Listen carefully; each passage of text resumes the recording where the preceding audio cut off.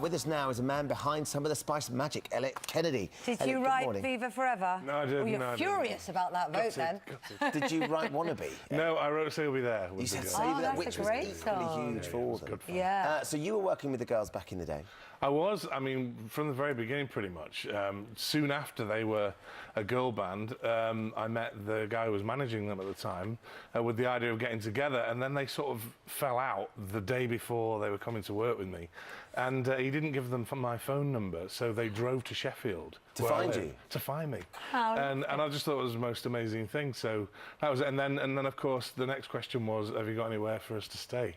So, so they ended up crashing at my house, which was brilliant. Yeah, all of a sudden I had 5 new sisters. You know, it was brilliant. Spice Girl gatecrashers, love it. So knowing them as well as you do and knowing what they've all done since and how their lives have developed, do you think they're in a place to have a reunion of some sorts? I think it's a great time. I mean, it's 20 years.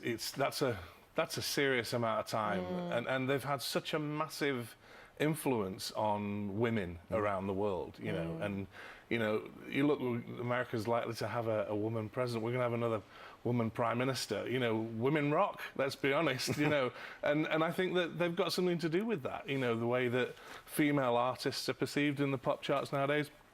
I think they've had a massive effect on pop music and pop culture. So it's a good time to celebrate. Now, we know that Emma has been very vocal about saying they want to do a reunion next year. I think that they've wanted to book a gig. But what about writing music, Eliot? Is there anything you can tell us of the girls writing? Well, do you know what? I think it's probably the worst kept secret. I mean, social media doesn't allow you to keep secrets anymore.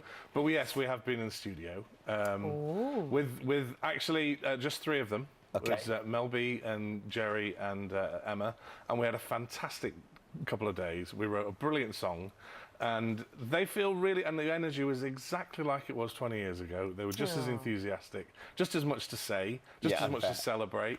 So it was still as fantastic. henpecked, presumably. Yeah, of course, yeah. So this song that they've written, is that for the Spice Girls? Is it for the 3 of the girls? Is it going to get released soon? Who knows right now? I think it's in a bit of a state of flux. I mean, they've got lots of plans that they don't tell me about. They've actually released a little video on social media this morning about celebrating and wanting some kind of birthday party. And so I immediately text Jerry to say, what's this about? Help me out here. And she was just like, you'll all find out, you know. So even I don't get that information. But I think that it's a good time to celebrate their achievement. I think that the world needs a party like that. You know, we're in a funny old time, and I think it's good to look back and remember those times. I think it's good for everybody. Fantastic. Well, we look forward to hearing that chat when eventually it comes round, and hopefully you'll keep us up to date if you find out before we find out. And I will. Let us know. Absolutely, Eliot, I'll keep you this morning. Thank you very much. There you go. Well, I didn't get in the business to be famous. I got in the business because I saw what my father did, and I work hard. I've never felt naturally gifted at a talent. I felt that I've had to work at it. And I'm an anxious person, you know. I have to fight against my